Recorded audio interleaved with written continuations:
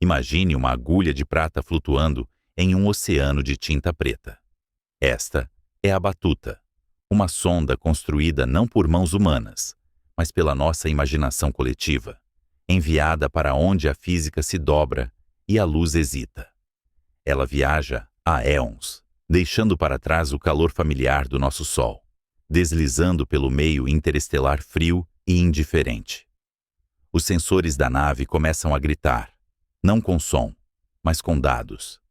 À frente, as estrelas não estão apenas brilhando, elas estão desaparecendo. Uma a uma, as luzes distantes da Via Láctea são extintas, como velas sopradas por um suspiro fantasmagórico. Mas não há nuvens de poeira aqui, nem a boca voraz de um buraco negro.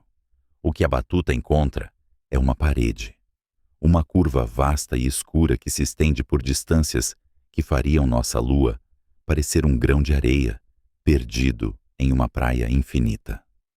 A nave acende seus holofotes, feixes de fótons que viajam à velocidade da causalidade, apenas para serem engolidos por nuvens de violeta profundo e carvão rodopiante.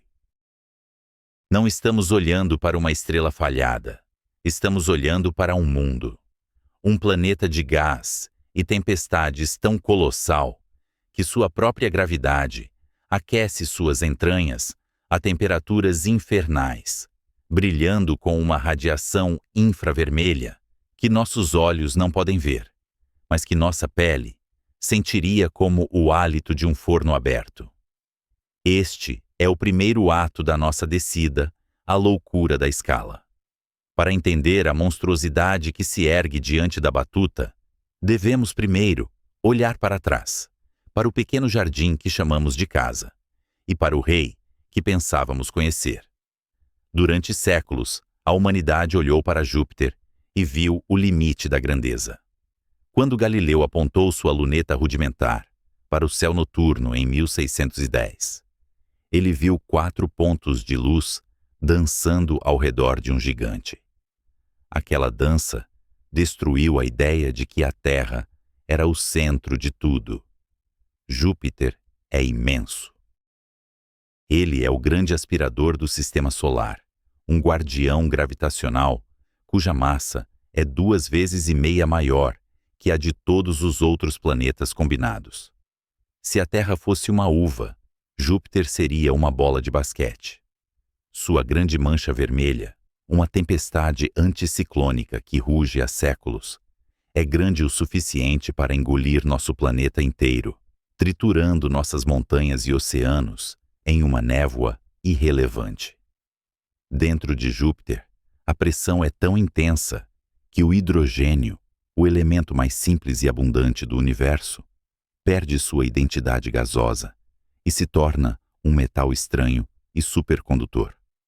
Lá, nas profundezas esmagadoras, oceanos de hidrogênio metálico giram na escuridão, gerando um campo magnético que grita, através do rádio, em todo o sistema solar.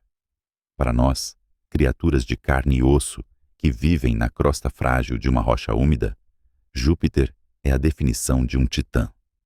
Mas o universo não se importa com as nossas definições. O universo é um lugar de excessos violentos. À medida que a Batuta se aproxima daquela silhueta gigantesca que bloqueia as estrelas, percebemos que Júpiter é, na verdade, um anão. Um mero cascalho cósmico. O objeto diante de nós desafia a categorização simples que aprendemos na escola. Ele habita a zona cinzenta e aterrorizante entre um planeta e uma estrela, um lugar onde a matéria é comprimida ao limite absoluto antes de se acender em fusão nuclear. A astronomia moderna nos ensinou que a formação planetária não é um processo ordenado e gentil, como um oleiro moldando um vaso. É uma guerra. É o caos da acreção, onde poeira e gás lutam pela supremacia gravitacional. No disco protoplanetário, os embriões de planetas devoram seus vizinhos, crescendo gordos e violentos. Em nosso sistema solar, Júpiter comeu o suficiente para se tornar o rei, mas parou antes de se tornar um deus. No entanto, em outros cantos da galáxia, em berçários estelares, ricos em metais pesados e gelos primordiais, alguns mundos nunca pararam de comer. Imagine um planeta com a massa de 13 Júpiteres.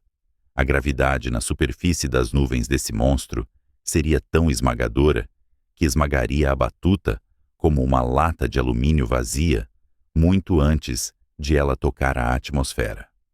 Mas a sonda persiste, protegida pela armadura da nossa curiosidade teórica. O que ela vê são faixas de nuvens que não são feitas de vapor de água amigável, mas de silicatos vaporizados e ferro fundido chovendo dos céus. A física aqui opera em uma escala que beira o absurdo.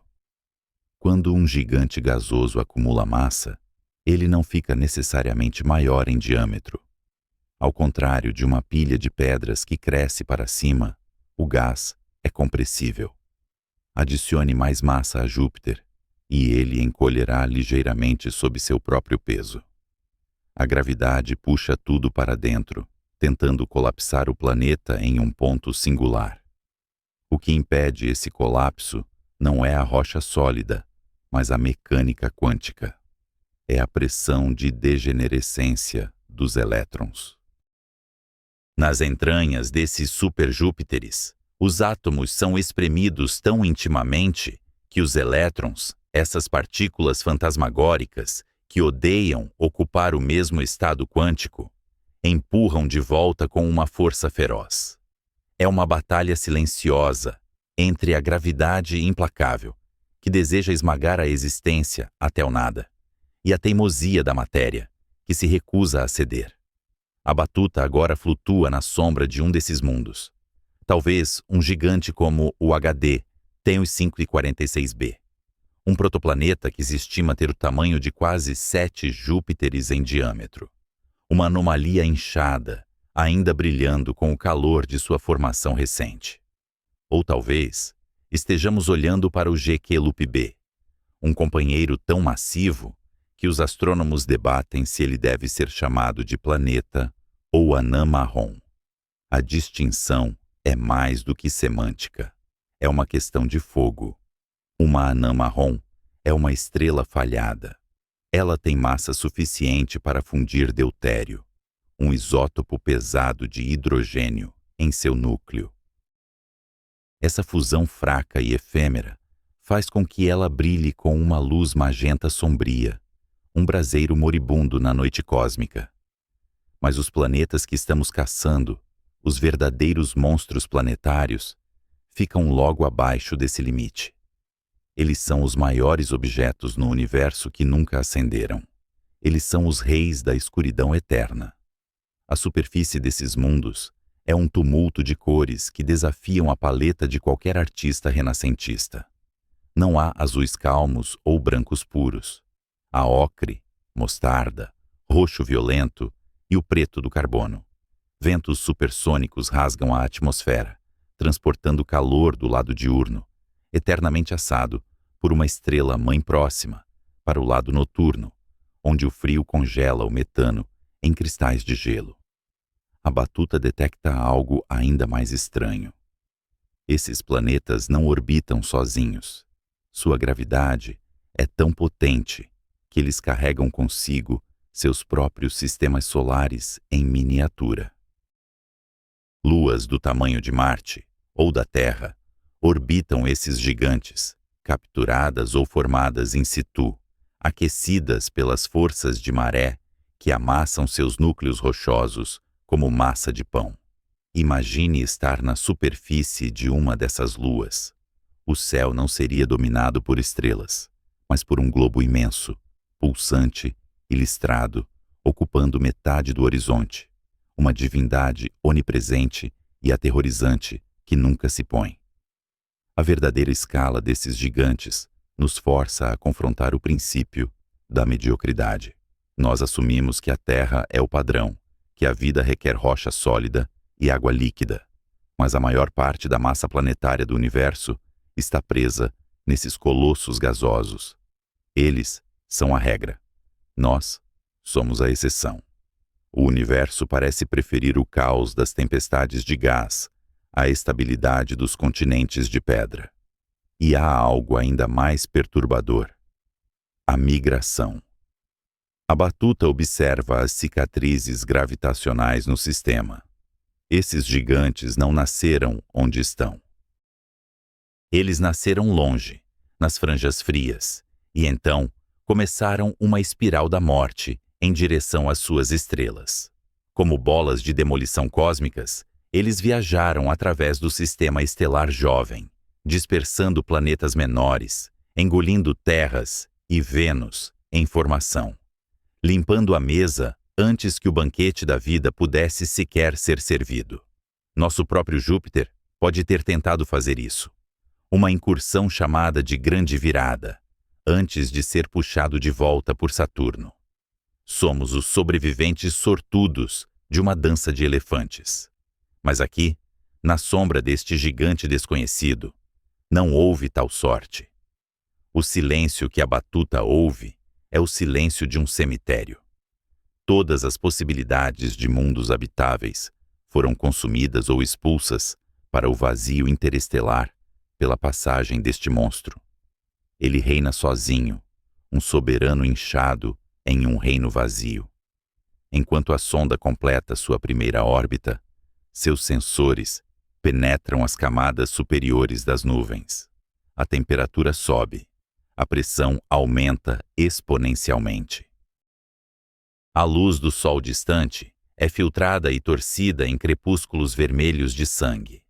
Lá embaixo, a milhares de quilômetros de profundidade, diamantes podem estar chovendo como granizo, forjados pelo carbono esmagado no coração da tempestade. Não há superfície para pousar. Não há onde plantar uma bandeira.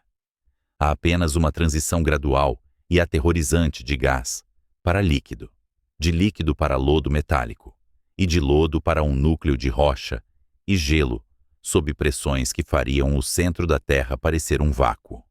A batuta envia sua última transmissão antes de se afastar, impulsionada por uma manobra gravitacional que rouba um pouco do momento do gigante. A imagem que ela envia para trás, através dos anos-luz, é de um mundo que não é apenas um lugar, mas uma força da natureza. Uma lembrança de que a gravidade é o escultor mestre do cosmos, e suas criações nem sempre são feitas à nossa imagem ou para o nosso conforto. Nós olhamos para esses gigantes e sentimos uma vertigem existencial. Eles são grandes demais para serem compreendidos, violentos demais para serem explorados, e estranhos demais para serem amados. No entanto, eles são os irmãos maiores da nossa família galáctica, os guardiões dos segredos da formação estelar.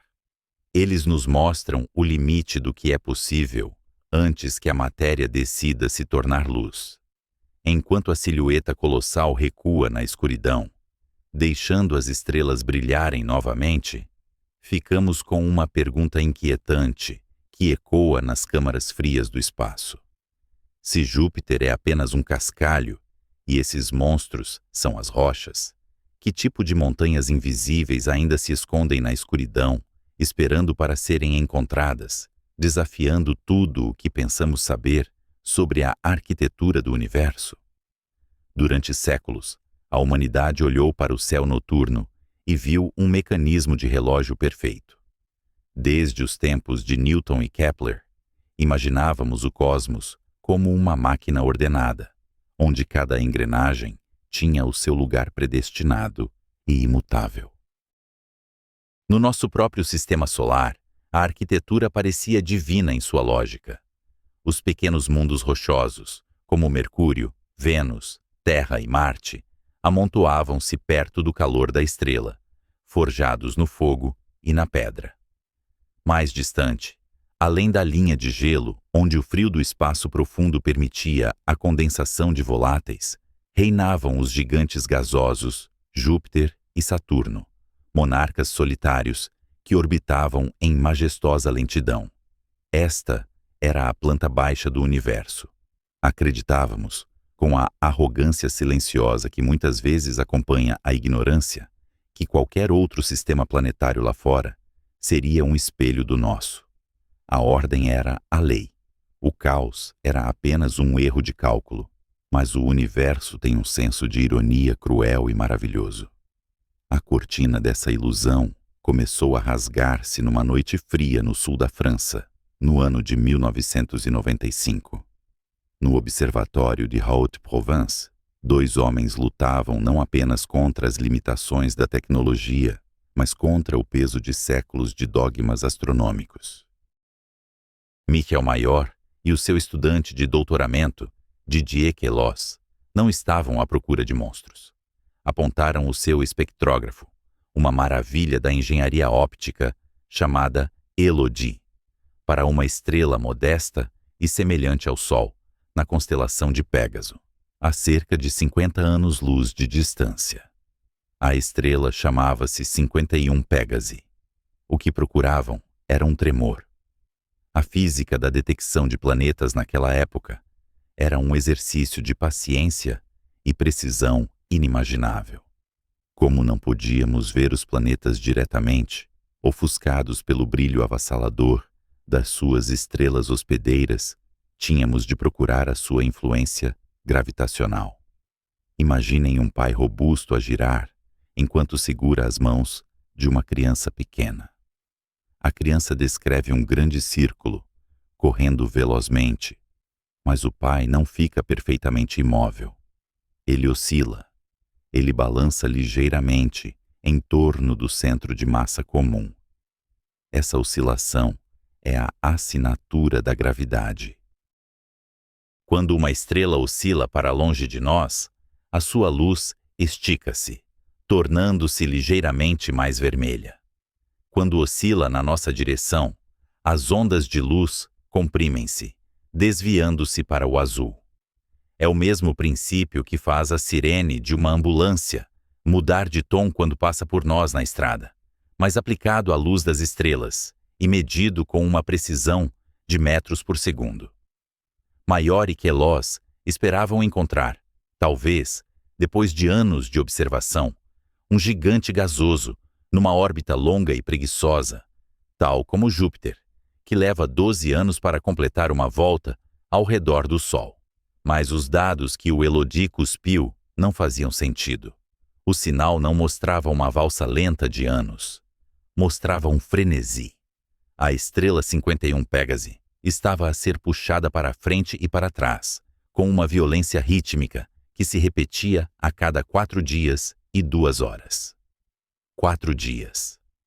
A comunidade científica, ao ouvir os primeiros rumores, reagiu com ceticismo imediato. Era impossível. A física da formação planetária, tal como era ensinada em todas as universidades do mundo, proibia tal objeto. Um gigante gasoso precisa de acumular a sua massa longe da estrela, nas regiões frias, onde o hidrogênio e o hélio podem ser capturados pela gravidade de um núcleo gelado. Perto da estrela, o calor intenso e o vento estelar deveriam ter varrido o gás muito antes de um planeta poder crescer. Um gigante gasoso não podia existir ali, tocando a coroa da sua estrela. Seria como encontrar um boneco de neve intacto dentro de uma fornalha de fundição. Didier Queloz, jovem e aterrorizado pela possibilidade de ter cometido um erro colossal que arruinaria a sua carreira antes mesmo de começar, reviu os cálculos. Verificou o software. Verificou o hardware. Talvez a estrela estivesse a pulsar. Talvez fosse uma mancha solar gigante a enganar os sensores. Mas a natureza da oscilação era inegável. Não era uma respiração estelar. Era uma órbita. Ali, na escuridão dos dados, escondia-se um mundo que desafiava a imaginação. O planeta, designado 51 Pégasi B e mais tarde apelidado de Bellerophon, era um titã. Tinha cerca de metade da massa de Júpiter, mas estava tão perto da sua estrela que a sua atmosfera estava a ser cozinhada a temperaturas superiores a 1000 graus Celsius. tinham descoberto o primeiro Júpiter quente. A revelação de 51 Pégase B não foi apenas uma descoberta. Foi um evento de extinção para o modelo padrão da formação planetária. Num instante, a nossa compreensão do cosmos foi reduzida a escombros. Se um gigante gasoso podia existir numa órbita suicida, roçando a superfície da sua estrela, então, o nosso sistema solar não era o arquétipo. O nosso sistema solar era a anomalia. Para explicar o impossível, os teóricos tiveram de reescrever a história do universo. Tiveram de invocar a violência. Percebemos então que os planetas não nascem e morrem no mesmo lugar, como árvores enraizadas no solo cósmico. Eles movem-se, eles migram. No caos do disco protoplanetário, onde gás e poeira giram em torno de uma estrela recém-nascida, a fricção é uma força poderosa. Um gigante gasoso como 51 Pégase B formou-se de fato nas regiões distantes e frias, tal como a teoria previa. Mas não ficou lá. À medida que orbitava através da sopa espessa de material primordial, ele perdeu o momento angular. Começou a cair. Imaginem uma bola de demolição planetária, com a massa de 300 terras, a espiralar lentamente em direção ao seu Sol. À medida que este monstro migrava para o interior, a sua gravidade teria agido como um limpa-neves cósmico. Qualquer pequeno planeta rochoso, qualquer jovem Terra ou Marte, que estivesse a tentar formar-se no seu caminho, teria sido impiedosamente expulso do sistema, ou engolido inteiro. A migração planetária é um processo de destruição criativa. Estes Júpiteres quentes são os sobreviventes de uma batalha gravitacional, mundos que viajaram através do abismo e pararam a milímetros da aniquilação total, travados apenas quando a estrela limpou o gás ao seu redor ou pelas forças de maré que estabilizaram a sua órbita final. A descoberta de Maior e Queloz, que lhes valeria o prêmio Nobel décadas mais tarde, abriu as comportas. De repente, soubemos onde procurar. E quando olhamos, encontramo-los em toda a parte. Monstros inchados pelo calor, com atmosferas de metais vaporizados, onde chove ferro líquido e os ventos sopram a velocidades supersônicas, transportando o calor do lado diurno eterno para o lado noturno perpétuo. O universo que emergiu após 1995 não era o mecanismo de relógio sereno de Newton. Era um lugar dinâmico, violento e profundamente caótico. A existência destes mundos gigantescos em órbitas infernais ensinou-nos que a estabilidade do nosso próprio lar é um privilégio frágil, talvez o resultado de uma dança gravitacional afortunada, que permitiu que Júpiter e Saturno não caíssem sobre o Sol, poupando a pequena Terra azul de ser lançada na escuridão interestelar. Mas se 51 Pégase B era um monstro de fogo, o que dizer dos mundos que não pararam a sua migração? O que acontece quando a gravidade vence e o planeta é consumido?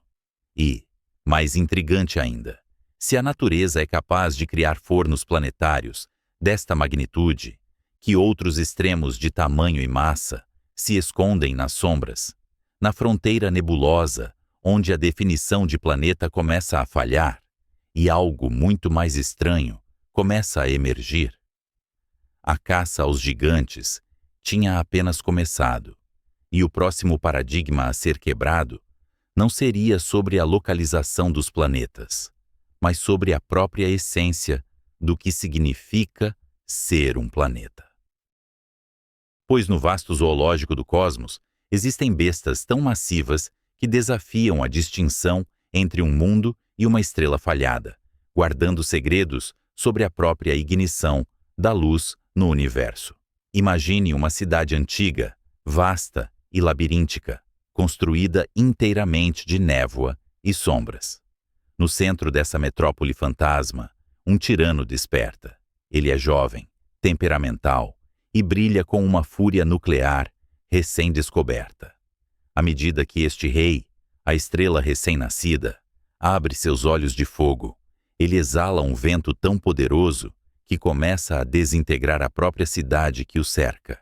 As muralhas de gás, as torres de poeira, as avenidas de gelo cósmico, tudo começa a ser soprado para o esquecimento frio do espaço interestelar. Neste cenário de destruição iminente, há ladrões nas sombras. São os embriões planetários. Eles sabem que o tempo é curto.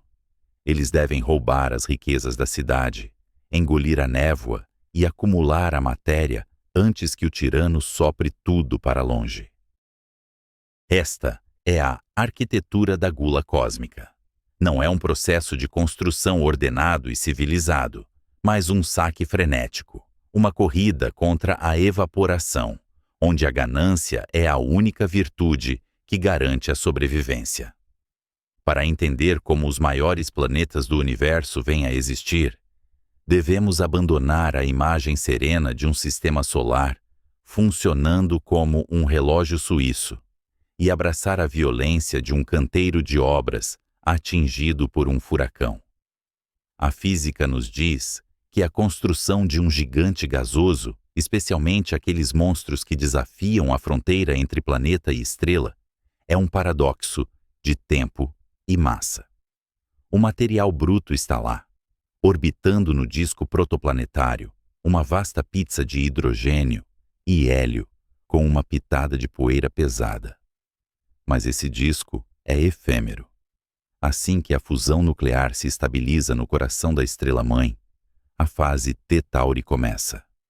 Ventos estelares ferozes e radiação ultravioleta intensa começam a fotoevaporar o disco. É como tentar construir um arranha-céu, absorvendo todo o concreto de uma cidade, enquanto um tornado arranca os andares superiores mais rápido do que se pode colocar os alicerces. O modelo clássico, aquele que aprendemos a respeitar como a acreção de núcleo, é um processo de paciência geológica. Grãos de poeira colidem e se unem por forças eletrostáticas, formando seixos. Seixos tornam-se pedregulhos. Pedregulhos tornam-se planetesimais. É uma construção lenta, tijolo por tijolo. Quando este núcleo rochoso atinge uma massa crítica, cerca de 10 vezes a massa da nossa Terra, sua gravidade torna-se forte o suficiente para começar a puxar o gás circundante. Mas aqui reside o problema fatal para os verdadeiros leviatãs. A acreção de núcleo é lenta demais. Pode levar milhões de anos apenas para formar a semente rochosa. Em muitos sistemas, o disco de gás já terá se dissipado muito antes que o núcleo tenha a chance de se vestir com seu manto atmosférico.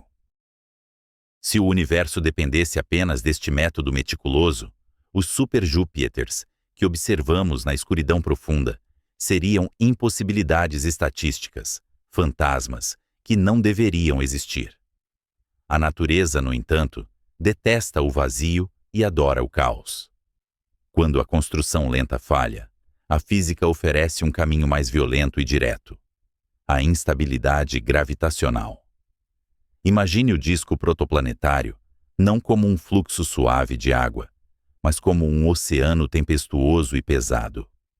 Longe do calor da estrela, nas regiões externas onde o frio reina absoluto, o gás se move lentamente. Se o disco for massivo o suficiente, ele começa a sentir o peso de sua própria existência.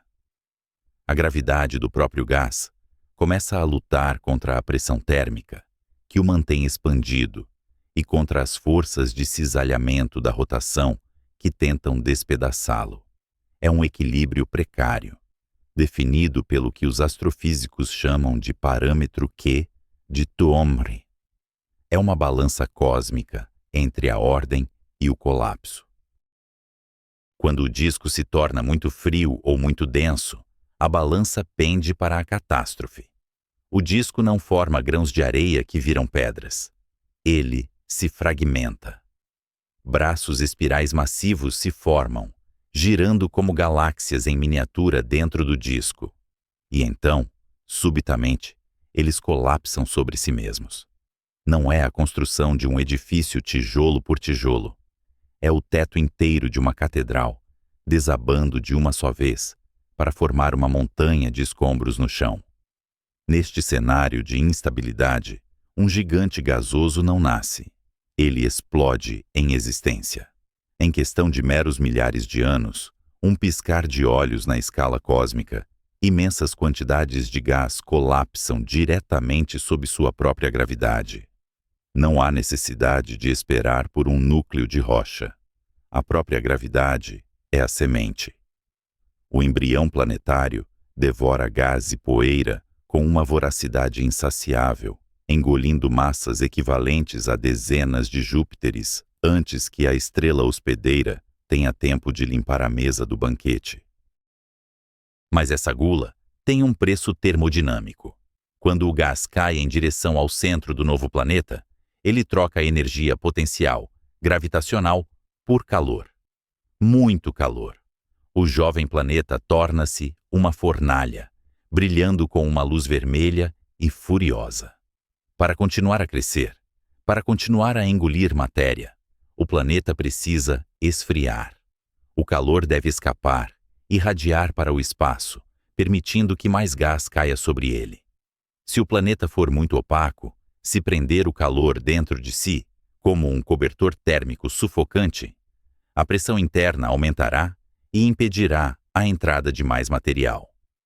É uma crise de indigestão cósmica. O recém-nascido luta para irradiar sua febre, enquanto continua a se alimentar. O material que cai não atinge a superfície suavemente.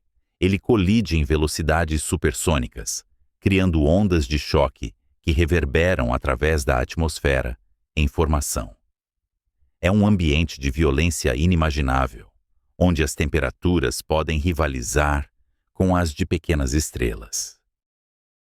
De fato, durante este breve período de acreção descontrolada, o planeta brilha tão intensamente que, se pudéssemos observá-lo de perto, ele pareceria não um mundo, mas um segundo sol, tentando desesperadamente nascer. E, em certo sentido, é exatamente isso que ele é.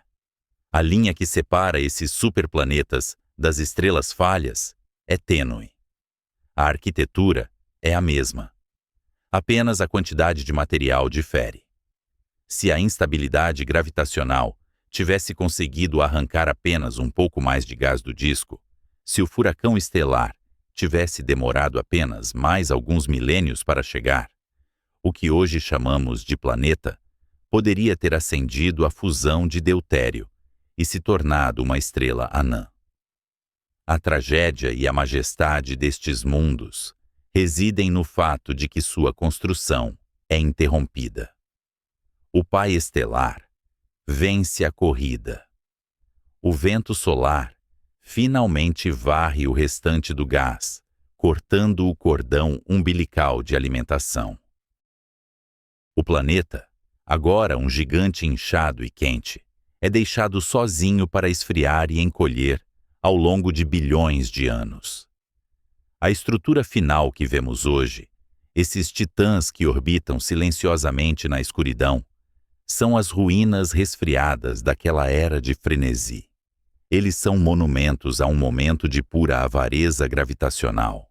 Cada camada de hidrogênio metálico em seus núcleos, cada tempestade que dura séculos em suas superfícies, é um testemunho daquela breve janela de tempo onde a gravidade venceu a pressão, onde a construção superou a destruição. Eles são os sobreviventes de uma guerra esquecida entre a coesão da matéria e a fúria da luz estelar. Olhamos para Júpiter ou Saturno e vemos beleza, anéis e nuvens coloridas.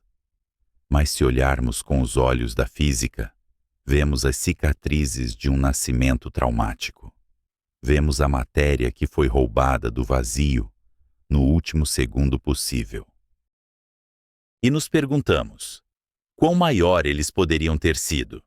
Se o disco fosse mais denso, se a estrela fosse mais fria, Que tipo de Deus monstruoso teria se erguido daquela poeira primordial?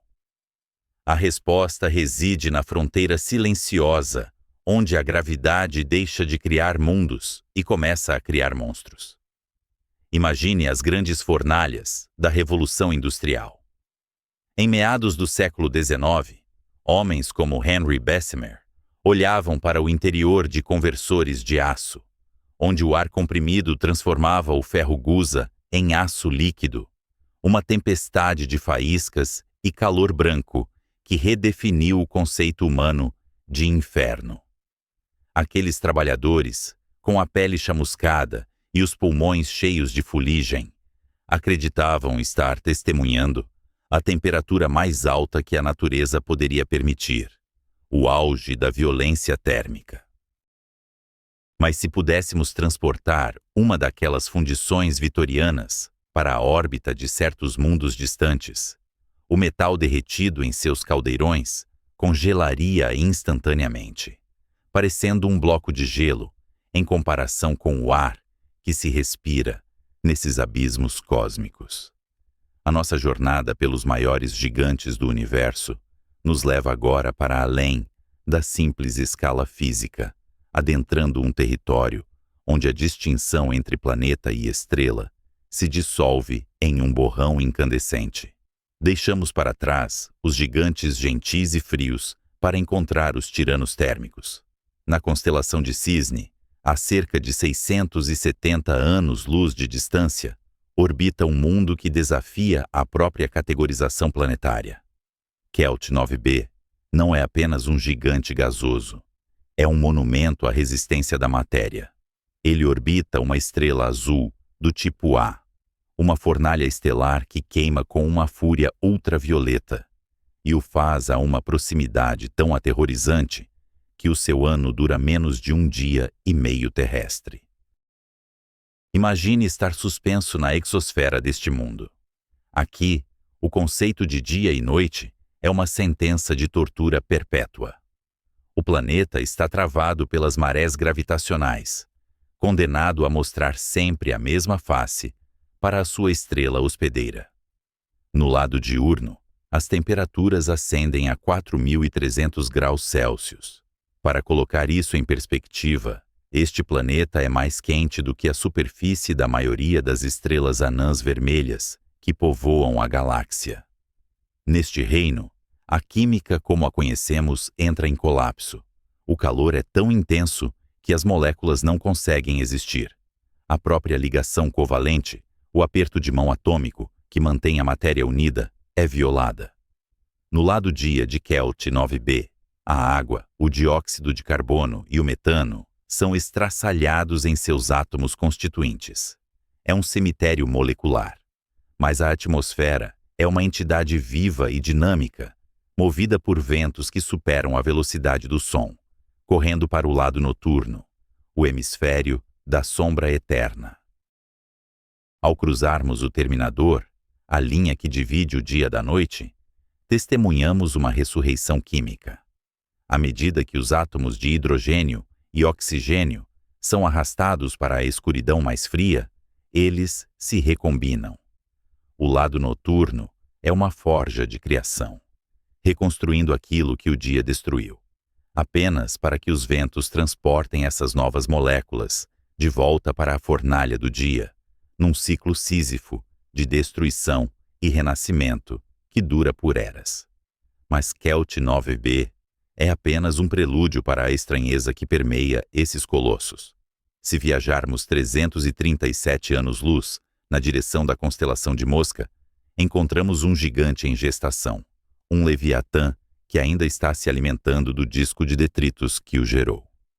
HD Chang'e 146b. Este não é apenas um planeta, é um império de gás em expansão. Com um raio que pode ser quase 7 vezes o de Júpiter, ele se situa no limiar trêmulo entre ser um planeta supermassivo e uma anã marrom fracassada. Se estivéssemos flutuando acima de suas camadas de nuvens, não veríamos um disco calmo e bandado como Saturno. Veríamos o caos primordial. O planeta ainda está brilhando com o calor de sua própria formação, uma brasa cósmica que ainda não esfriou desde o momento de seu nascimento. A atmosfera aqui é um laboratório de alquimia violenta. Em mundos desta magnitude e temperatura, as nuvens não são feitas de vapor d'água suave. Elas são compostas de minerais que, na Terra, adornam as coroas de reis e rainhas. Imagine uma tempestade se formando no horizonte curvo deste gigante. As nuvens pesadas e escuras não carregam chuva de água, mas sim vapor de corindo. À medida que este vapor sobe e esfria nas camadas superiores da atmosfera, ele condensa. E então começa a chover. Mas não é uma garoa. É uma tempestade de rubis e safiras líquidas. Pedras preciosas derretidas caem dos céus, fustigando as camadas inferiores com uma violência que poliria qualquer metal até o esquecimento. Em outros setores deste mundo, ou em exoplanetas similares como o notório WASP-76b, a realidade é ainda mais metálica. No lado dia, o ferro vaporiza, subindo como uma névoa invisível. Os ventos supersônicos arrastam esse vapor de ferro para o lado noturno, onde a temperatura cai o suficiente para que o metal condense. A escuridão é preenchida pelo som de gotas de ferro derretido, caindo como uma chuva pesada e letal. Um dilúvio industrial em escala planetária. À medida que mergulhamos mais fundo nesses gigantes, passamos pelas chuvas de joias e metais, e a pressão começa a exercer seu domínio absoluto. A atmosfera gasosa torna-se espessa, viscosa, transformando-se imperceptivelmente em um fluido supercrítico, onde não há distinção entre ar e oceano. Estamos entrando no manto profundo, o coração escuro da besta. Aqui, o hidrogênio, o elemento mais simples e abundante do universo, é forçado a revelar sua face oculta. Sob pressões de milhões de atmosferas, os elétrons são arrancados de seus prótons. O gás torna-se um metal. Um vasto oceano de hidrogênio metálico líquido envolve o núcleo, agitando-se e girando. Este mar metálico não é apenas uma sopa densa. É um condutor elétrico perfeito. A rotação rápida do planeta transforma esse oceano em um dínamo colossal, gerando campos magnéticos de uma potência que desafia a imaginação. Se uma nave humana tentasse navegar perto destes mundos sem proteção adequada, a indução magnética fritaria seus circuitos muito antes que o calor ou a gravidade a destruíssem.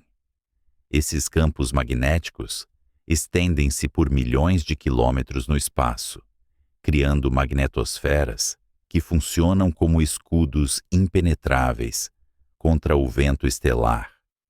Auroras brilhando nos polos, com uma intensidade que poderia iluminar luas inteiras. É neste reino de extremos que compreendemos a verdadeira diversidade da criação.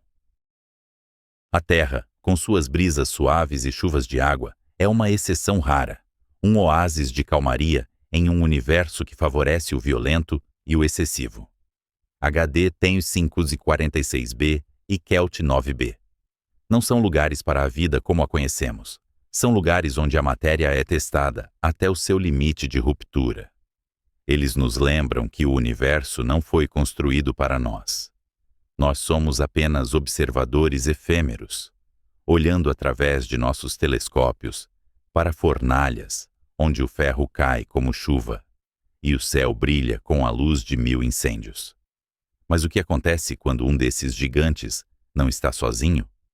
O que ocorre quando a dança gravitacional coloca esses monstros em rota de colisão ou em uma valsa orbital tão precisa que desafia o caos? À medida que nos afastamos da superfície fervente desses mundos infernais, uma nova pergunta surge na escuridão. Se estes são os planetas que conseguimos ver, porque brilham e bloqueiam a luz de suas estrelas, o que dizer daqueles que vagam sozinhos invisíveis, monstros órfãos expulsos de seus berços estelares, vagando pelo vazio interestelar, sem um sol para aquecê-los. Imagine uma forja antiga, abandonada nas profundezas de uma floresta escura. O ferreiro, um gigante invisível chamado gravidade, golpeia a bigorna com uma fúria silenciosa. Ele empilha matéria sobre matéria, camada após camada de gás primordial, tentando desesperadamente acender uma fogueira eterna. Ele busca o fogo que ilumina galáxias, a chama sustentada que define o que chamamos de estrela. Mas nesta forja específica, o combustível está úmido. A faísca pisca, brilha com um tom avermelhado e sombrio, e então recua para as brasas. Não há o rugido de uma fornalha solar, apenas o calor residual de um esforço fracassado. Estamos agora à deriva, na fronteira mais solitária da astrofísica.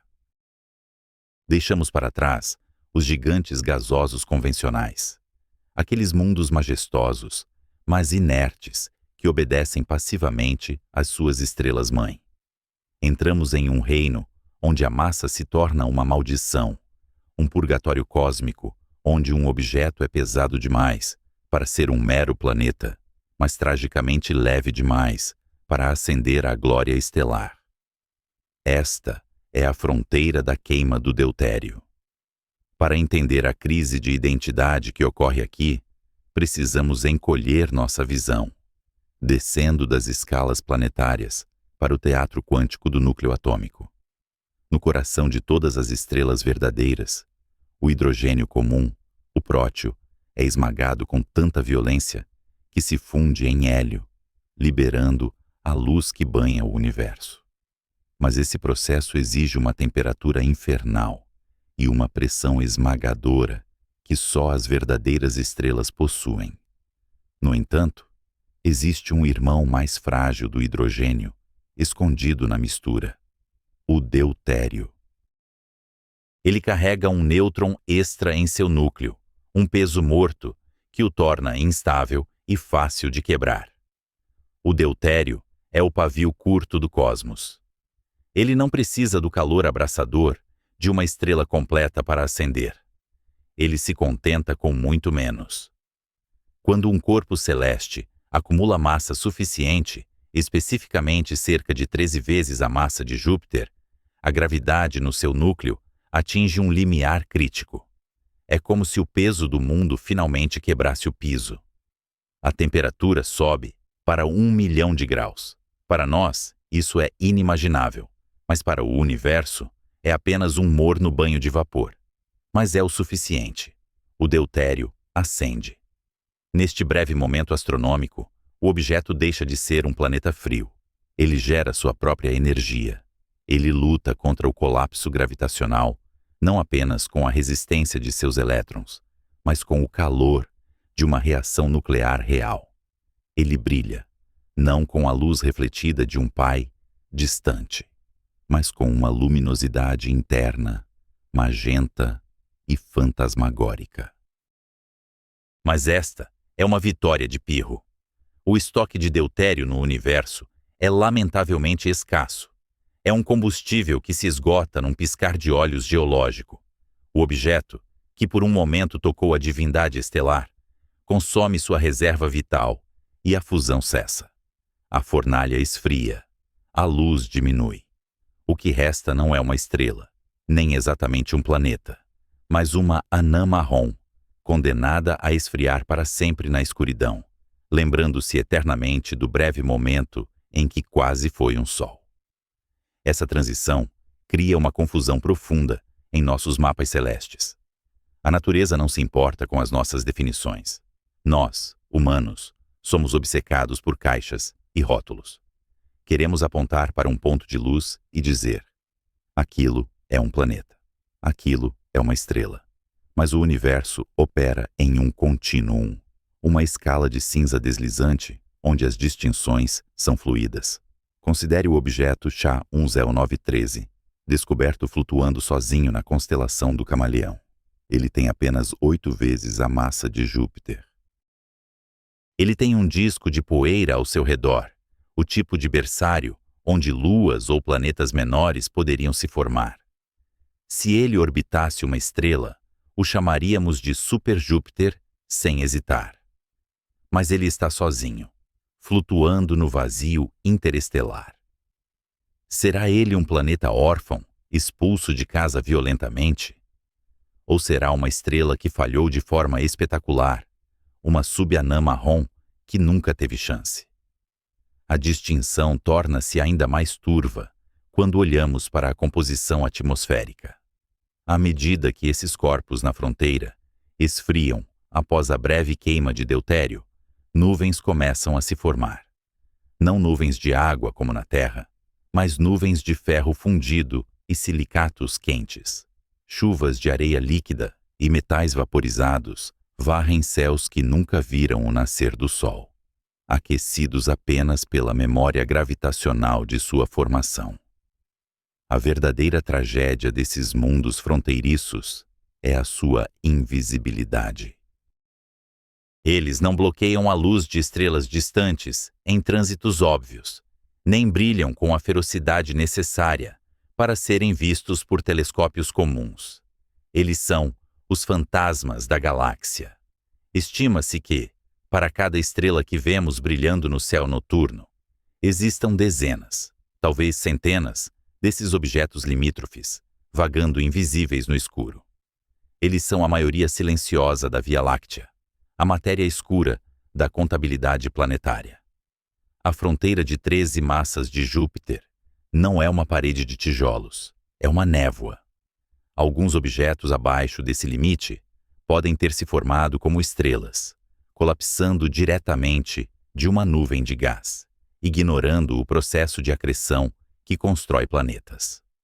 Outros, acima do limite, podem ter se formado num disco protoplanetário, acumulando material como um planeta, apenas para crescerem demais, como um cuco que se torna maior que o ninho. O que define a identidade de um objeto cósmico?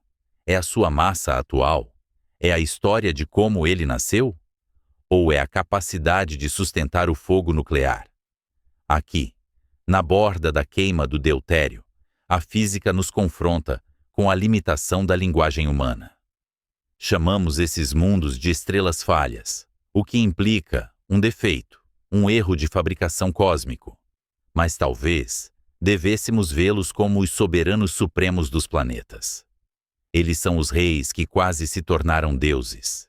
Eles representam o ápice do que um corpo planetário pode alcançar antes de perder sua essência sólida e se tornar plasma puro. Enquanto observamos esses titãs crepusculares, percebemos que a estabilidade é uma ilusão. O universo está cheio de objetos em transição, corpos que vivem no fio da navalha entre dois estados de ser. O deutério é apenas a chave que abre a porta para essa sala intermediária, um lugar onde a física da matéria condensada e a física nuclear dançam uma valsa estranha e desconfortável. E à medida que esses mundos esfriam, à medida que a luz magenta se desvanece para o infravermelho e depois para a escuridão total, eles se tornam cápsulas do tempo. Sem a turbulência violenta de uma estrela ativa, suas atmosferas preservam a química primordial da nuvem que os gerou. Eles são fósseis flutuantes, guardando os segredos da formação galáctica em seus núcleos frios e metálicos. Mas se um objeto de 15 massas de Júpiter, que queimou o deutério e agora está morto e frio, orbitasse uma estrela como o nosso Sol, como o classificaríamos? A mera presença de uma estrela companheira rebaixaria seu status de anã marrom para planeta? A localização dita a identidade? Esta ambiguidade nos leva a questionar a própria natureza da categorização. Talvez não existam planetas e estrelas como categorias distintas, mas apenas aglomerados de matéria, lutando contra o vácuo, cada um encontrando seu equilíbrio momentâneo entre a gravidade que quer esmagar e a energia que quer expandir. Neste crepúsculo eterno, onde chuvas de ferro caem em oceanos de hidrogênio metálico, sob um céu sem estrelas, encontramos a beleza da imperfeição. Estes são os mundos que não seguiram o roteiro. E é exatamente nessa recusa em se conformar, nessa existência na fronteira nebulosa, que eles desafiam nossa compreensão. Se olharmos ainda mais fundo, para além da massa e da fusão, encontramos algo ainda mais perturbador. O que acontece quando a própria estrutura do espaço ao redor desses gigantes começa a se comportar de maneira estranha? Quando a gravidade não apenas molda o objeto, mas começa a ditar o destino de tudo o que se aproxima. AT 6. O destino dos titãs. Tudo o que vemos nos céus é uma fotografia de uma explosão em câmera lenta. Quando olhamos para o sistema solar, com o relógio mecânico preciso das órbitas de Júpiter e Saturno, somos enganados por uma falsa sensação de permanência. A estabilidade é uma ilusão criada pela nossa vida efêmera. Se pudéssemos acelerar o filme da realidade, veríamos que a gravidade não é um mestre de obras que constrói catedrais estáticas, mas sim um maestro de uma sinfonia caótica, onde os instrumentos são constantemente destruídos. Isaac Newton olhou para o cosmos e viu um relógio divino, perfeito e imutável. Mas a termodinâmica e a mecânica celeste contam uma história diferente, uma tragédia grega escrita em equações diferenciais. Para os maiores planetas do universo, esses titãs de gás e tempestades que catalogamos com tanto fervor, o futuro reserva dois caminhos divergentes, ambos terríveis e majestosos. Para alguns, o destino é o fogo, para outros, o gelo eterno. Começamos com aqueles que voam perto demais do Sol. Muitos dos gigantes que descobrimos são os chamados Júpiteres quentes, monstros gasosos que orbitam suas estrelas a distâncias que fariam Mercúrio parecer um mundo gelado. Eles não nasceram ali. Como vimos anteriormente, eles migraram, empurrados pela fricção do disco protoplanetário primordial. Mas a migração nem sempre para quando o disco desaparece. Existe uma força insidiosa, invisível e implacável que continua a atuar muito depois da formação do sistema: a maré. Imagine a gravidade não apenas como uma força que mantém o planeta em órbita, mas como mãos invisíveis que amassam o corpo do planeta e da estrela. Quando um gigante gasoso orbita muito próximo de sua hospedeira, a gravidade da estrela puxa o lado próximo do planeta com mais força do que o lado distante. O planeta se estica, tornando-se um esferoide oblato, uma bola de futebol americano cósmica, apontada para o inferno. Essa deformação não é gratuita. Ela gera atrito interno, calor e, crucialmente, uma troca de momento angular. Se o planeta orbita mais rápido do que a estrela gira, o que é comum para esses mundos de órbita ultra curta, a protuberância de maré na estrela fica para trás do planeta, agindo como uma âncora gravitacional. O resultado é um arrasto constante, um freio que rouba a velocidade orbital do gigante gasoso milímetro por milímetro, ano após ano. É uma espiral da morte. O processo é lento no início, imperceptível na escala de civilizações humanas. Mas à medida que o planeta se aproxima, as forças de maré aumentam exponencialmente. A atmosfera do gigante começa a ferver. Ventos supersônicos, carregados de metais vaporizados, uivam ao redor do equador planetário. O gigante incha com o calor, tornando-se menos denso, uma bolha de sabão prestes a estourar. Chega então o momento crítico, o cruzamento do limite de Roche. Este é o ponto de não retorno, a linha invisível onde a gravidade da estrela supera a gravidade que mantém o próprio planeta unido. A destruição é espetacular. O planeta não colide simplesmente. Ele é desmembrado. Grandes rios de hidrogênio e hélio são arrancados de sua atmosfera, formando um disco de acreção brilhante ao redor da estrela moribunda, como um anel de sangue ao redor de um predador saciado. O gigante é consumido pedaço por pedaço, sua massa alimentando as fornalhas nucleares da mãe que o criou. Elementos pesados, forjados nas profundezas do núcleo planetário, caem na fotosfera estelar, alterando a metalicidade da estrela, uma última cicatriz química deixada pela vítima. Em alguns milhões de anos, não restará nada além de uma estrela ligeiramente mais brilhante e mais quente, girando um pouco mais rápido, solitária em seu sistema. Mas se o destino do fogo é cruel, o destino do gelo é de uma solidão insondável. Nem todos os gigantes espiralam para dentro. Nos primórdios violentos da formação planetária, quando múltiplos titãs competem por espaço, a gravidade se torna um estilingue. As interações de múltiplos corpos são caóticas. Pequenos desvios nas condições iniciais levam a resultados drasticamente diferentes. Quando dois gigantes gasosos passam muito perto um do outro, eles trocam energia. Frequentemente, o maior cede um pouco de sua energia orbital para o menor, empurrando-o para fora. Em um evento de violência cinética inimaginável, um planeta inteiro, com suas luas, tempestades e campos magnéticos, é ejetado do sistema solar. A velocidade de escape é atingida.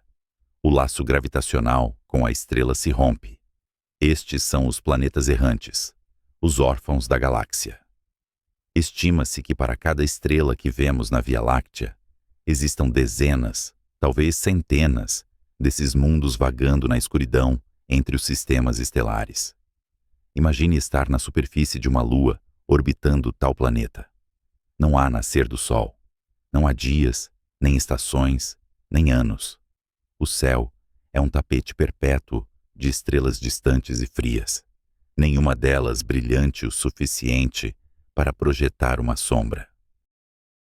O gigante gasoso paira no céu, não iluminado pelo sol, mas brilhando fracamente no infravermelho devido ao calor residual de sua formação, um braseiro moribundo no meio de uma catedral escura. Sem a luz de uma estrela-mãe, a temperatura cai para perto do zero absoluto. As nuvens de amônia e metano congelam e caem como neve, deixando uma atmosfera transparente de hidrogênio e hélio. Se houvesse oceanos em luas rochosas, eles congelariam até o fundo, a menos que o aquecimento de maré, causado pela órbita excêntrica em torno do gigante errante, mantivesse um coração líquido pulsando sob quilômetros de gelo. Eles navegam pelo vazio interestelar, fantasmas invisíveis que só detectamos quando, por puro acaso, passam na frente de uma estrela distante, curvando sua luz através da microlente gravitacional. Eles são os viajantes silenciosos, condenados a vagar sozinhos até o fim dos tempos. E o que dizer daqueles que ficam na fronteira, os objetos que desafiam nossas classificações simplistas? As anãs marrons. Elas são as falhas da natureza, estrelas que não conseguiram ascender, ou planetas que cresceram demais. Elas começam suas vidas brilhando, com uma cor magenta profunda, ou um vermelho alaranjado furioso, queimando suas reservas limitadas de deutério. Mas, diferentemente das estrelas verdadeiras, que possuem um equilíbrio hidrostático sustentado pela fusão contínua de hidrogênio, as anãs marrons não têm como repor a energia que perdem para o espaço. Sua história é uma longa e lenta exalação de calor. Ao longo de bilhões de anos, observamos uma metamorfose cromática. As anãs marrons mais jovens, do tipo espectral L e T, ainda possuem nuvens de ferro fundido e chuva de vidro derretido em suas atmosferas turbulentas. Mas a entropia cobra seu preço. À medida que o calor interno escapa, a convecção diminui. As nuvens de silicato afundam para as profundezas invisíveis. A atmosfera clareia. Entramos na era das anãs Ina, os objetos mais frios que ainda podem ser chamados de quase estrelas. Suas temperaturas caem para níveis que encontraríamos em uma cozinha terrestre, e depois para o frio dos polos antárticos. Elas deixam de emitir luz visível. Para o olho humano, elas desapareceriam na escuridão, tornando-se esferas negras invisíveis, detectáveis apenas pelos telescópios espaciais mais sensíveis, sintonizados no infravermelho médio. A cor magenta vibrante da juventude desbota para um roxo escuro e, finalmente, para o negro absoluto.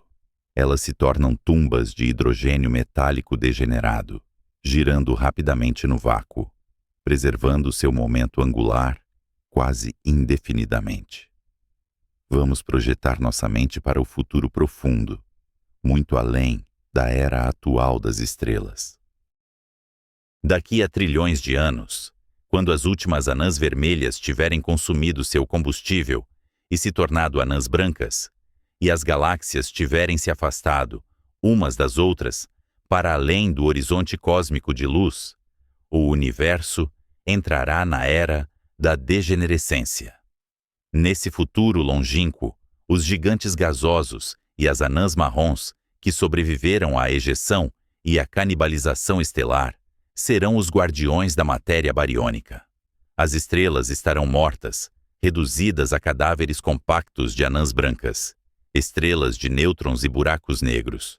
Mas as anãs marrons e os grandes planetas, com seus núcleos protegidos pela pressão de degenerescência eletrônica, permanecerão praticamente inalterados. Eles serão os últimos reservatórios de calor no universo. Enquanto o cosmos esfria em direção à morte térmica, esses objetos continuarão a irradiar uma energia infinitesimal. O último suspiro do calor, de formação acumulado bilhões de anos antes. Mas mesmo a matéria não é eterna. A mecânica quântica dita que, em escalas de tempo que desafiam a compreensão humana, a matéria busca seu estado de energia mais baixo. Através de processos de tunelamento quântico extremamente raros, os átomos dentro desses gigantes frios podem se transmutar. Fala-se teoricamente que toda a matéria tende a se transformar em ferro 56, o isótopo mais estável. Imagine esses titãs, outrora tempestuosos e coloridos, transformando-se lentamente, ao longo de éons, em esferas frias e mortas de ferro cristalino, flutuando em um universo sem luz, onde o tempo perdeu seu significado, porque não há mais eventos para marcá-lo. Ou talvez, se as teorias da grande unificação estiverem corretas, os próprios prótons que constituem o núcleo desses planetas eventualmente decairão. A matéria que forma Júpiter, a matéria que forma as anãs marrons, simplesmente se dissolverá em uma névoa fina de radiação gama e leptons, dissipando-se no vazio em expansão. O destino dos maiores planetas já encontrados não é permanecerem como monumentos eternos à grandeza da gravidade. Eles são, como nós, passageiros transitórios.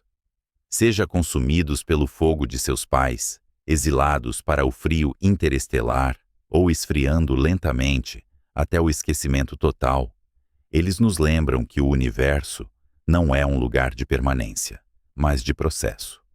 Nós olhamos para esses gigantes hoje e vemos mundos de maravilhas, com chuvas de diamantes e ventos que quebram a barreira do som. Mas o que estamos realmente vendo são as sementes de um futuro escuro e silencioso. A grandeza desses planetas não reside em sua imortalidade, mas na violência magnífica de sua existência temporária contra a inevitabilidade do nada. Enquanto as luzes do universo se apagam uma a uma, o que resta no final? Será que a própria memória desses gigantes ficará gravada na estrutura do espaço-tempo? Ou o silêncio final apagará até mesmo o eco de sua passagem? Imagine uma câmera recuando lentamente, afastando-se do calor furioso das fornalhas estelares que visitamos, deixando para trás os titãs de gás que reinam na escuridão. Estamos a 6 bilhões de quilômetros de casa. É o ano de 1990 e a sonda Voyager 1 recebe um comando final, uma pirueta mecânica para olhar para trás, para o lugar de onde veio. Nessa vastidão insondável, a Terra não é um oceano azul, nem uma joia verdejante. É um pálido ponto azul, um grão de poeira suspenso em um raio de sol. É aqui que a escala de nossa jornada colide violentamente com a nossa própria fragilidade. Passamos os últimos atos maravilhados com monstros. Testemunhamos mundos com a massa de dezenas de Júpiteres, objetos que desafiam a própria definição de planeta, orbitando a distâncias perigosas ou vagando solitários pelo vazio interestelar. Mas ao contemplar esses gigantes, uma pergunta inquietante começa a ecoar no silêncio do vácuo. Se o universo é capaz de forjar tais leviatãs, por que nosso sistema solar é tão estranhamente ordenado, tão desprovido desses agentes do caos? Para entender a sorte de nossa existência, devemos olhar para o nosso próprio gigante local. Júpiter, o rei do nosso sistema, tem sido frequentemente chamado de o grande escudo da Terra. Com sua gravidade imensa, ele age como um goleiro cósmico, atraindo cometas e asteroides que, de outra forma, poderiam ter cruzado a órbita interior e extinguido a vida na Terra antes mesmo que ela tivesse a chance de rastejar para fora dos oceanos primordiais. Vimos isso acontecer em tempo real em 1994, quando o cometa Shoemaker-Levy 9 foi despedaçado e engolido pelas nuvens jovianas, deixando cicatrizes do tamanho da Terra na atmosfera do gigante. Mas essa proteção é uma faca de dois gumes, um equilíbrio delicado que a física impõe com rigor matemático.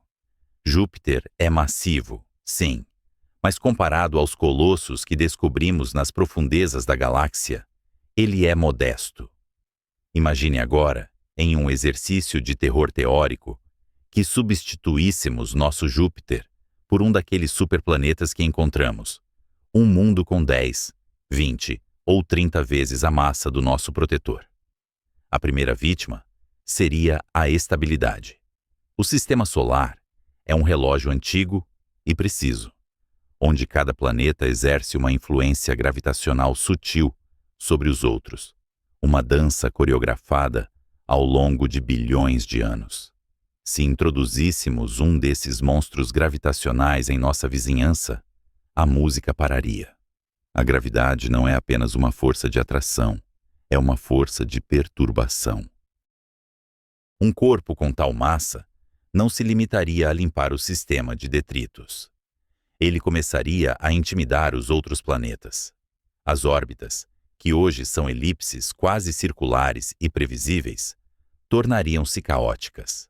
A influência de um super-Júpiter puxaria a Terra, esticando nossa órbita, tornando-a mais excêntrica. Em um momento, estaríamos perto demais do Sol, com oceanos fervendo e continentes esturricados.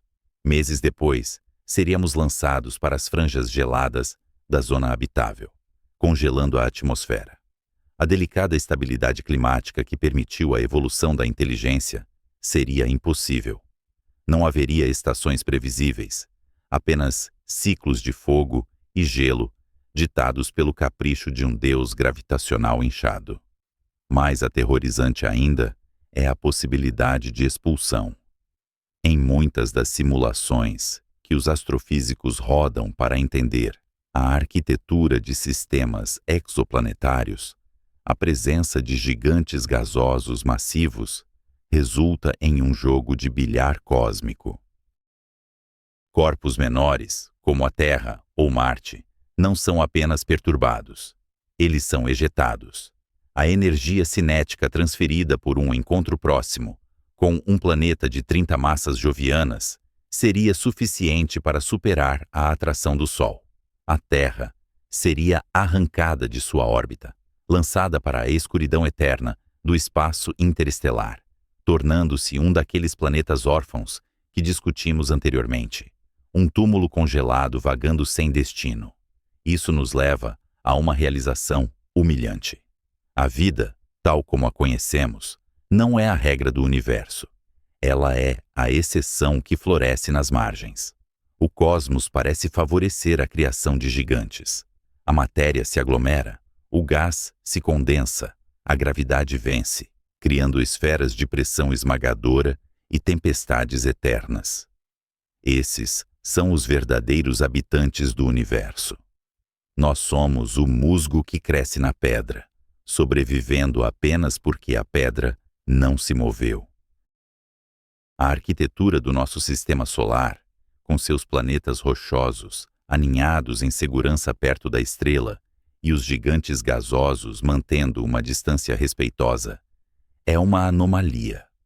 Em muitos dos sistemas que observamos, os gigantes migraram para dentro, tornando-se Júpiteres quentes, incinerando ou engolindo qualquer planeta rochoso em seu caminho.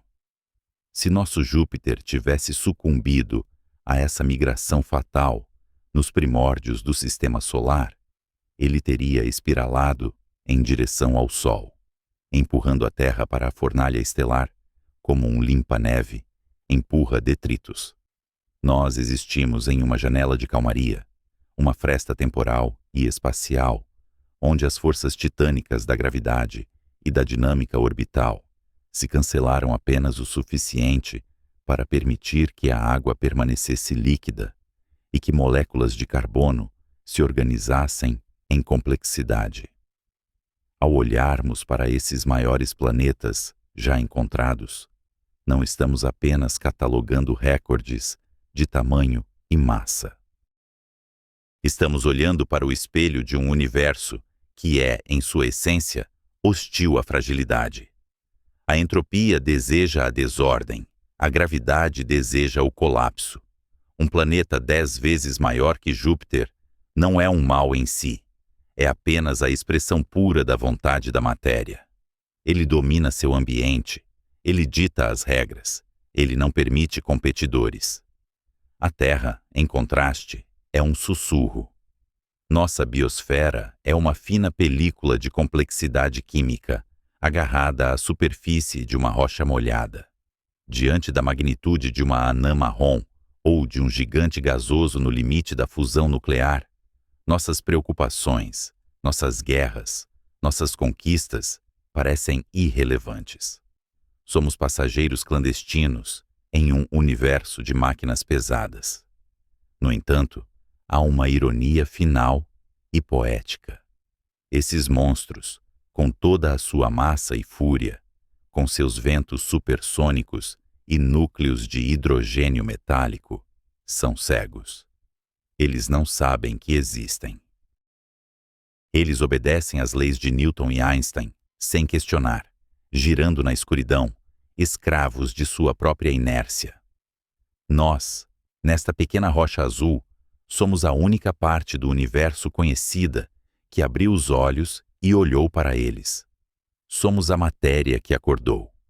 Somos o universo tentando entender a si mesmo.